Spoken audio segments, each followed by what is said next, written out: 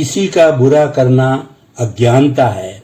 महाराष्ट्र के एक बहुत बड़े व्यापारी थे, पशुओं का व्यापार करते थे, पशुओं को खरीदते भी थे और बेचते भी थे।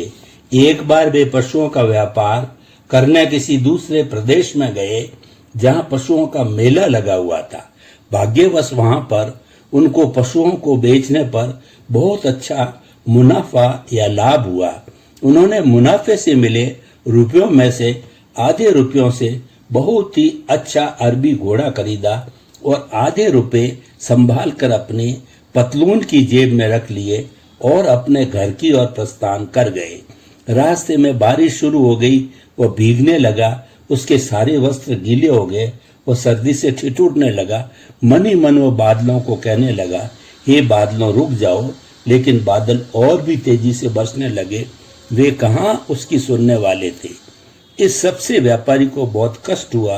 अब वो बादलों का और तो कुछ बिगाड़ नहीं सकता, लेकिन मन ही मन उनको कोसने लगा और गालियां बकने लगा।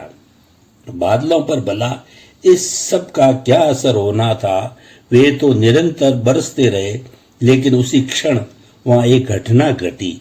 अचानक एक पास की झाड़ी से बड़ी जोर की आवाज आई, ठहर जाओ, जो भी धन दौलत तुम्हारे पास है वह मुझे दे दो, वरना गोली मार दूंगा। स्पष्ट था कि अवश्य ही यह कोई चोर लुटेरा था। अब व्यापारी की तो सिटी पिटी गुम गई।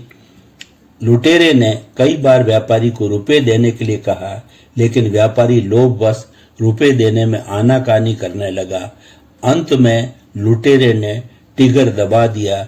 यह देखकर व्यापारी ने तो सोच लिया कि बेटा अब तेरा बचना मुश्किल है, और डर के कारण उसने अपनी आंखें बंद कर दी, जैसे बिल्ली को देखकर कबूतर आंखें बंद कर लेता है।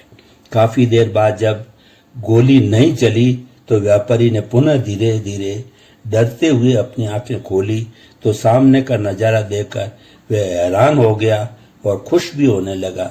लुटेरा बार बार बंदूक चलाने की कोशिश कर रहा था, लेकिन बंदूक थी कि चल ही नहीं रही थी, और अंत में थक हार कर लुटेरा वहां से भागने की सोचने लगा। उसे डर हो गया था कि कहीं व्यापारी उसको पकड़कर रक्षकों को न सौंप दे, अतः वो वहां से दुम दबाकर भाग गया। तब व्यापारी ने चैन की सांस ली और घोड़े पर सवार होकर अपनी यात्रा पुनः प्रारंभ कर दी।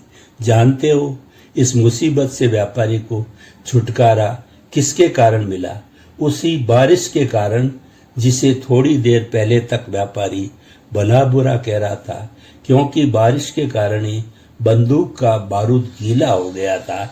इसके बाद व्यापारी के मन में यह चिंतन चलने लगा कि आखिर यह सब कमाल हुआ कैसे। लेकिन थोड़ी देर बाद ही उसकी समझ में सारी बात आ गई, और अब उसी बारिश का बार बार धन्यवाद देने लगा। इस कहानी से हमें शिक्षा मिलती है कि अपने थोड़े से कष्ट के कारण बिना सोचे समझे एकदम कुछ भी भला बुरा नहीं कहना चाहिए।